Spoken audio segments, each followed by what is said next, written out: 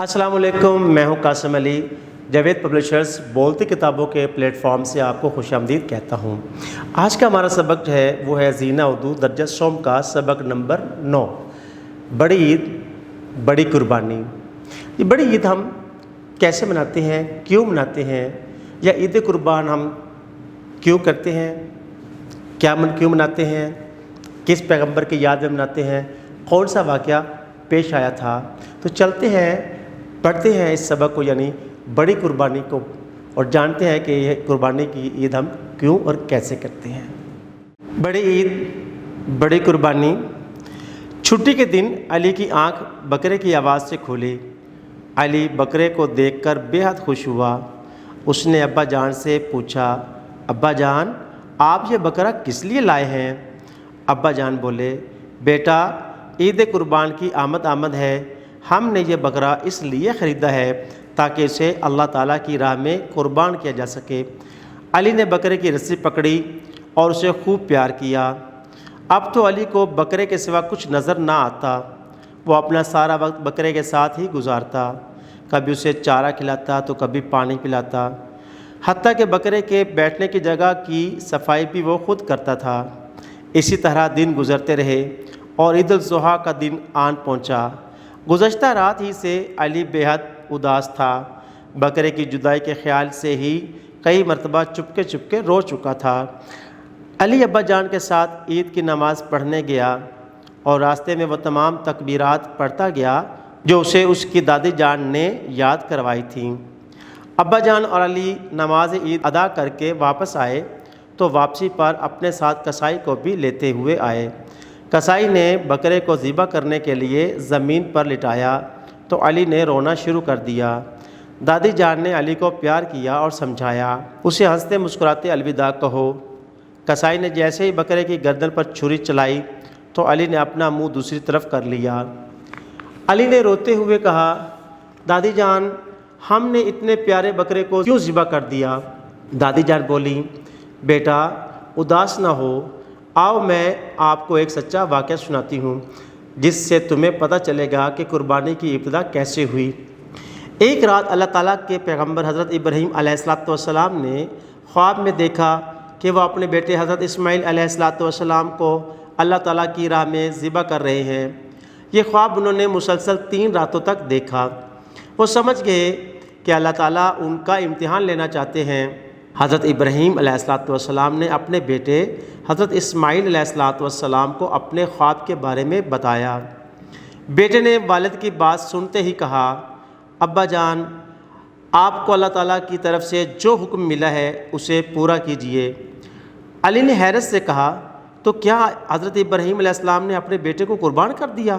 دادی جان بولی، بیٹا اللہ تعالیٰ اپنے نیک بندوں کو ایسی ہی آزمائشوں سے آزماتا ہے اور اللہ تعالیٰ کے نیک بندے ان آزمائشوں پر پورا اترتے ہیں۔ حضرت ابراہیم علیہ السلام اللہ تعالیٰ کے حکم کو پورا کرنے کے لیے اپنے پیارے بیٹے حضرت اسماعیل علیہ السلام کو مکہ سے دور میدان میں لے گئے اور انہیں ذبح کرنے کے لیے زمین پر لٹا دیا، اور ذبح کرنے سے پہلے اپنی آنکھوں پر پٹی باندھ لی تاکہ بیٹے کی محبت اللہ تعالیٰ کی محبت پر غالب نہ آ جائے۔ آپ علیہ السلام نے اللہ تعالیٰ کے نام لے کر حضرت اسماعیل علیہ السلام کی گردن پر چھری چلا دی۔ چھری چلانے کے بعد آنکھوں سے پٹی ہٹا کر دیکھا تو حضرت اسماعیل علیہ السلام کی جگہ ایک مینڈھا ذبح ہو چکا تھا اور حضرت اسماعیل علیہ السلام پاس ہی صحیح سلامت کھڑے تھے۔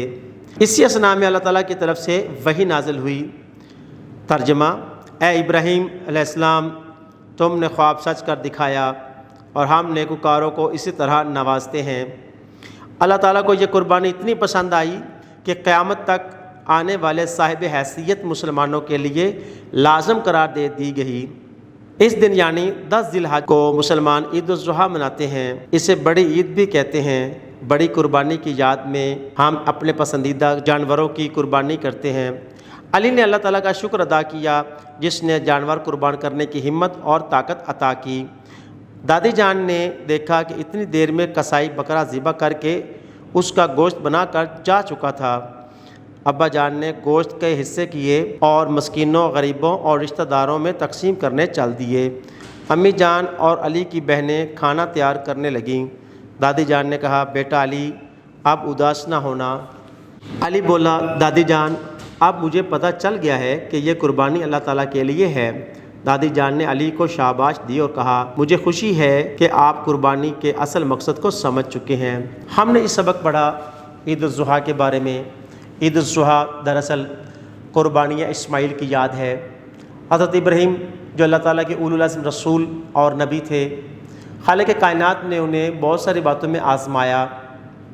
ان میں حضرت اسماعیل علیہ السلام کی قربانی کی بھی آزمائش تھی۔ آپ نے اللہ تعالیٰ کے حکم کے مطابق اپنے فرزند حضرت اسماعیل علیہ السلام کو اللہ کی راہ میں قربان کرنے کے لیے تیار ہو گئے اور انہیں گھر سے دور ایک میدان میں لے گئے۔ پہاڑی علاقہ تھا، وہاں لٹا کر بیٹے کو اپنی آنکھوں پر پٹی باندھی، اپنے بیٹے حضرت اسماعیل علیہ السلام کی آنکھوں پر بھی اور ان کے ہاتھ پاؤں بھی باندھ دیے کہ تاکہ نہ تو بیٹا تڑپ سکے۔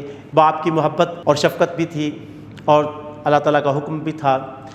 ہر نبی اللہ تعالیٰ کا برگزیدہ بندہ ہوتا ہے جو اس کے احکامات کے سامنے جو ہے سر تسلیم خم کر دیتا ہے اور اس کے حکم کو بجا لانے کے لیے ہر ممکنہ کوشش کرتا ہے۔ تو یہ قربانی یعنی عید قربان، عید الاضحیٰ اسی واقعے کی یاد دلاتی ہے اور اسی قربانی کی یاد میں قربانی جو ہے وہ کی جاتی ہے۔ اس موقع پر ہم اپنی حیثیت کے مطابق جانور خریدتے ہیں اور ان کو اللہ کی راہ میں قربان کرتے ہیں اور ان کا گوشت جو ہے وہ عزیز رشتہ داروں اور غرباء میں تقسیم کرتے ہیں۔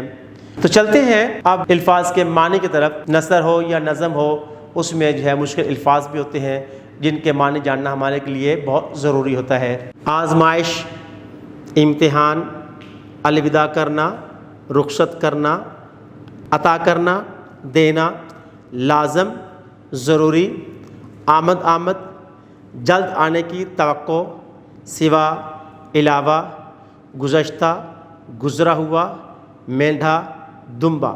ویڈیو دیکھنے کا بہت بہت شکریہ۔ اپنا بہت سارا خیال رکھیں، جڑے رہیں بولتی کتابوں کے ساتھ۔